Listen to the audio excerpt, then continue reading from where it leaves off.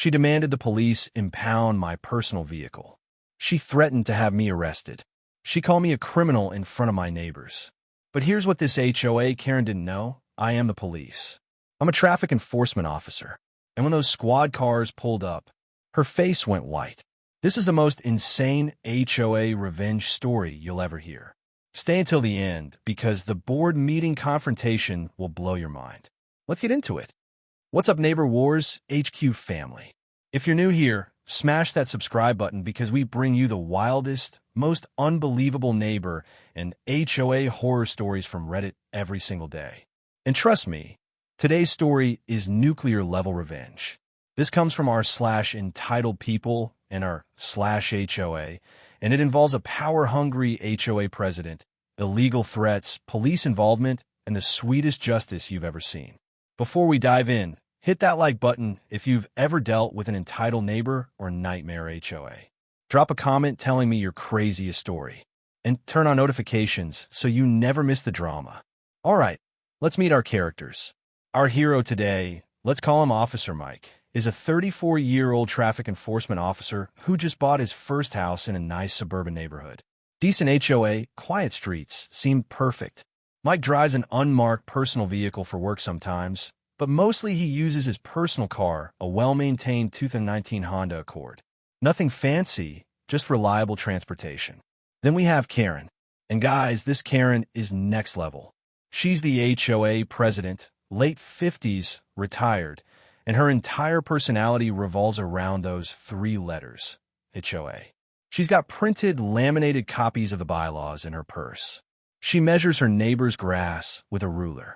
She files complaints about Christmas decorations being up past January 2nd. You know the type. Karen lives 3 houses down from Mike, and from day 1, she's had issues with him. His welcome package included a highlighted copy of parking regulations and a passive-aggressive note about maintaining neighborhood standards. Red flag? Absolutely. But Mike figured he'd just follow the rules and avoid her. Oh, how wrong he was. So here's where it starts getting crazy. Mike works irregular shifts, sometimes nights, sometimes split shifts, sometimes he's on call. Traffic enforcement doesn't follow a 9 to 5 schedule. One Tuesday afternoon, Mike gets home around 2 p.m. after a morning shift. He parks his Honda in his own driveway, his assigned, deeded driveway, and heads inside to sleep before a night shift. 3 hours later, he's woken up by aggressive pounding on his front door. I'm talking cop-knock level banging. Mike throws on clothes and opens the door, and there's Karen, red-faced, pointing at his car like it's a bomb. Excuse me, do you have any idea what the parking regulations are in this neighborhood? Mike's still groggy. I'm sorry, what? I'm parked in my own driveway. Karen, your vehicle has been parked in the same spot for over 3 hours during daytime hours. That violates Section 7.3. 2 of the HOA covenant, which states that no vehicle may remain stationary in a visible location for more than 4 consecutive hours between 6 a.m. and 8 p.m. Monday through Friday without proof of necessity. Now, guys, let me pause here. Mike later checked the actual bylaws. This rule does not exist. Karen literally made it up. But in the moment, Mike's confused and exhausted. Mike, ma'am, I work irregular hours. I park on my driveway. There's no rule against that. Karen, I am the HOA president, and I'm telling you their IS. I've documented this violation with photographs and timestamps. If you don't move your vehicle immediately and provide your work schedule for approval, I'll be forced to take action. Mike, action? What action? This is my property. Karen leans in close. I have connections with the local police department. I can have your vehicle seized as abandoned or suspicious. Don't test me. And then she just walks away, doesn't wait for a response, just delivers her threat and leaves. Mike stands there thinking, did that really just happen? Now, most people would maybe brush this off as a crazy encounter. But Karen? She's just getting started. Over the next 2 weeks, Mike gets 3 written violation notices slipped under his door, 5 emails from the HOA official address, which is just Karen's personal email, 2 certified letters threatening finds multiple photos of his car, taken from different angles with timestamps, a complaint filed with the city about abandoned vehicles at his address. The violation notices are insane. She's claiming unauthorized vehicle storage. Commercial vehicle in residential zone is Honda Accord. Suspicious activity and irregular presence. Refusal to comply with HOA directives. Disrespect toward HOA leadership. Mike ignores most of it because he's researched the actual bylaws now. None of what she's claiming is real. She's completely making up rules. He parks legally, his car is registered and insured, and he's violating exactly 0 actual regulations. But here's what pushes it over the edge. Mike comes home one day to find a boot on his car. You know, those yellow clamps. Someone has put a private boot on his vehicle parked in his own driveway. There's a note. Vehicle immobilized due to HOA violations. Contact HOA President for removal. $500 fine. Mike is furious. He calls a locksmith buddy who removes the boot in 15 minutes. The boot is some cheap Amazon purchase, not even an official one. Completely illegal. Mike keeps the boot as evidence and decides he's done playing nice. Time to document everything. 2 days later, Mike's working from home doing paperwork. Around 11 a.m., he sees through his window 2 police cruisers pull up to his house. His first thought is something terrible happened to a family member. He runs outside. 2 uniformed officers are standing by his Honda, looking confused. One of them Mike recognizes from court testimony, Officer Davis. Officer Davis, hey, are you the resident? Mike, yeah, what's going on? Is everything okay?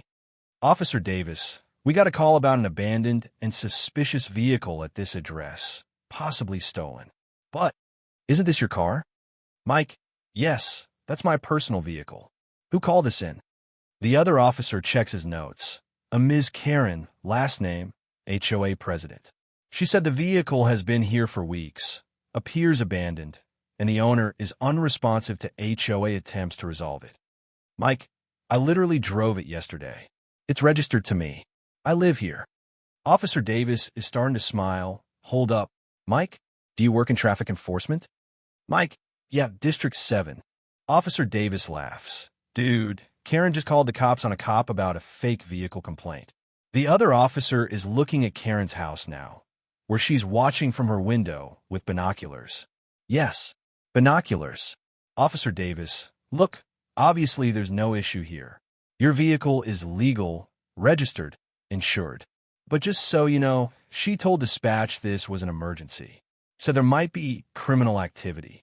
She requested we impound the vehicle and investigate the owner. Mike's mind is spinning. She tried to get you guys to impound him. Why car? For parking in my own driveway. Other officer. Technically, yeah. She also heavily implied you might be involved in something illegal because of your irregular hours and suspicious behavior. Mike is now beyond angry. This woman didn't just harass him.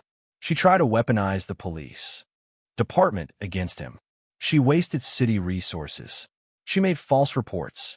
Officer Davis, want to file a counter report? This could be harassment, false reporting. Mike, absolutely. But first, I want to have a conversation with Karen. The officers agree to stand by while Mike walks over to Karen's house. She's still watching from the window. Mike knocks. Karen opens the door with this smug smile. Karen, I see the police finally took my complaint seriously. Will they be towing you or Mike? Ma'am, I'm Officer Mike. Last name, District 7 Traffic Enforcement. The officers behind me are here because you filed a false police report. Karen's smile vanishes. Mike, you called 911 to report my legally parked, properly registered personal vehicle as abandoned and suspicious. You claimed criminal activity. You requested police impound my car. Do you understand that's a crime? Karen, stammering, I didn't know you were. The HOA has rules and you weren't. Mike, the HOA has no rules about what you've been claiming. I've read every word of the actual covenants. You've been making up violations, sending fake citations, and now you've filed a false police report. That's harassment and misuse of emergency services. Karen, I have every right as HOA president to enforce. Mike, you have zero right to boot my car, threaten me, surveil my property, or lie to police. Here's what's going to happen. You're going to send a written retraction of every violation notice. You're going to cease all contact with me unless it's official HOA business voted on by the full board. And you're going to apologize to those officers for wasting their time. Karen, I will not. Officer Davis, walking up. Ma'am, we're filing a report about the false complaint. You could face charges for this. I'd suggest you cooperate. Karen's face goes from red to white to purple. She slams the door. Mike gets the officer's report numbers, thanks them, and goes home to prepare his counterattack. Over the next week, Mike builds a case. Remember, he's in law enforcement. He knows how documentation works. He compiles every fake violation notice with dates and claims the actual HOA bylaws proving Karen's rules don't exist. Photos of the boot on his car with timestamps, the locksmith invoice for boot removal, screenshots of all threatening emails, copies of the certified letters with fake fines, his vehicle registration and insurance proving everything is legal. Police report from the false 911 call, doorbell camera footage of Karen's aggressive confrontation, testimony from neighbors about similar harassment they've experienced. Turns out, Mike isn't Karen's first victim. She's been terrorizing the neighborhood for years. But most people just pay her fake fines to avoid trouble or move out. One neighbor, elderly Mrs. Chun, got a $300 fine for having her garage door open during the day. Another neighbor got threatened over his kid's basketball hoop being too visible from the street. Mike contacts every neighbor Karen's harassed. Bill de coalition. They all want her gone. The HOA has quarterly board meetings. Mike requests to be added to the agenda to address violations and neighborhood safety. Karen sends him an email. Your request is denied. You're currently under investigation for multiple violations and are not in good standing. Mike replies, per the bylaws, any homeowner in good standing can address the board. I violated nothing. I'll be attending regardless. The meeting is at the community center. Mike shows up with 3 things. A laptop with his evidence presentation, 6 neighbors who Karen's harassed, a printed copy of the police report. Karen is shocked when Mike walks in. She tries to have him removed. Board member Tom. Karen, why would we remove him? He's a homeowner. Karen, he's under multiple violations. He can't participate. Mike, actually, I'd like to present evidence that all violations filed against me are fraudulent and that President Karen has been abusing her position. The room goes silent. For the next 45 minutes, Mike presents everything. Shows the fake rules Karen invented. Proves his vehicle compliance. Shows the police report. Has neighbors testify about her harassment. The highlight? Well, he shows the doorbell camera footage of Karen threatening to have his car seized because of her police connections. Board member Susan. Karen, did you tell him you could have his car impounded? Karen, I was enforcing neighborhood standards. He was being difficult, and, Mike, I'm a traffic enforcement officer, ma'am.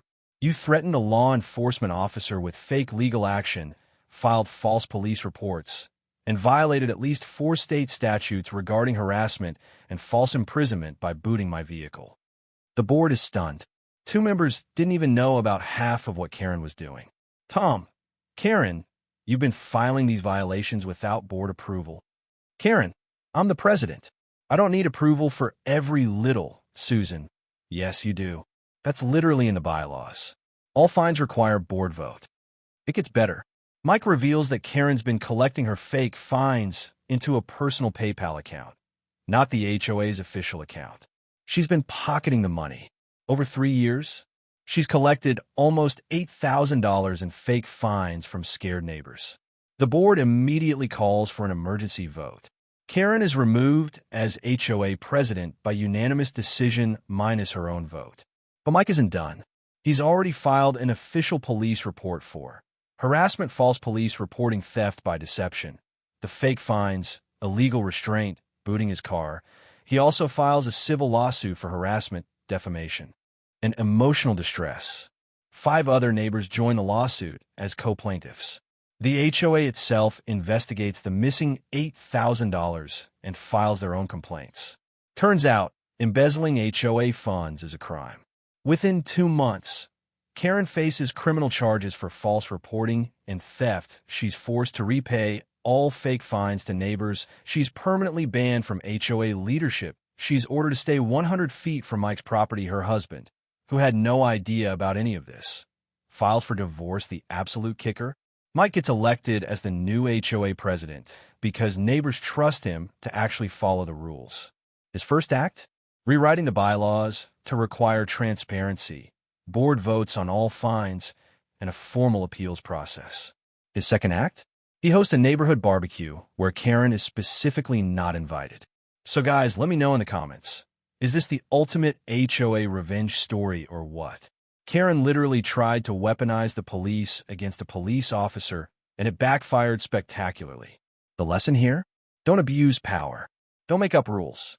And definitely don't threaten cops with fake legal action. If you love this story, you need to check out our video about the HOA that tried to steal someone's pool. Link in the description. And if you're binge watching right now, our playlist of HOA nightmares is absolutely insane. Subscribe to Neighbor Wars HQ for daily drama, entitled Neighbor Disasters, and the sweetest revenge stories on YouTube. Hit that notification bell because we post every single day. Drop a comment. What should Mike's HOA do next? Should he press for maximum charges against Karen? Let me know. Thanks for watching, and remember, know your rights, document everything, and never let entitled people push you around. I'm out. Peace. Victory hand.